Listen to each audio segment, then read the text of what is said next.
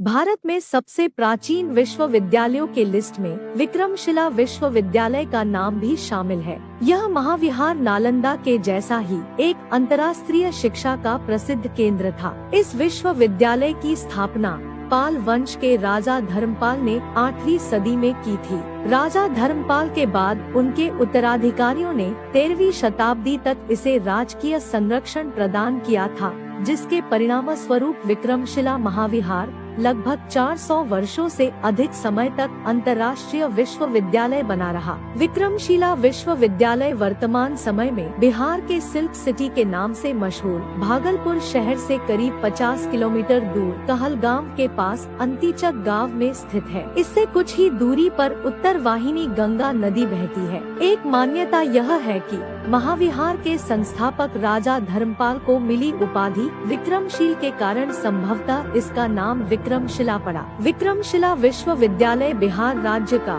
एक प्रमुख पर्यटन स्थल भी है, जहां दूर दूर से सैलानी घूमने आते हैं। विक्रमशिला विश्वविद्यालय में अध्यात्म, दर्शन, तंत्र विद्या, व्याकरण, तत्वज्ञान, तर्कशास्त्र आदि की पढ़ाई होती थी। यहाँ पढ़ने आने वाले हर किसी को विश्वविद्यालय के द्वार पर ही कठिन प्रवेश परीक्षा से गुजरना पड़ता था। इस विश्वविद्यालय में अन्य विद्यालयों की तरह भारत के साथ साथ विदेश से भी विद्यार्थी पढ़ने के लिए आते थे। यहाँ एक साथ करीब 1000 विद्यार्थी पढ़ते थे और 100 प्राध्यापक पढ़ाया करते थे। करीब 4 सदियों तक वजूद में रहने के बाद 13वीं सदी की शुरुआत में यह नष्ट हो गया था। मुस्लिम आक्रमणकारी बख्तियार खिलजी ने संभवतः 1198 से 1203 ईस्वी के मध्य विक्रमशिला महाविहार को दुर्ग समझकर ध्वस्त कर दिया था। उसने सभी भिक्षुओं की सामूहिक हत्या करवा दी थी तथा वहां के असंख्य ग्रंथों को जला दिया था।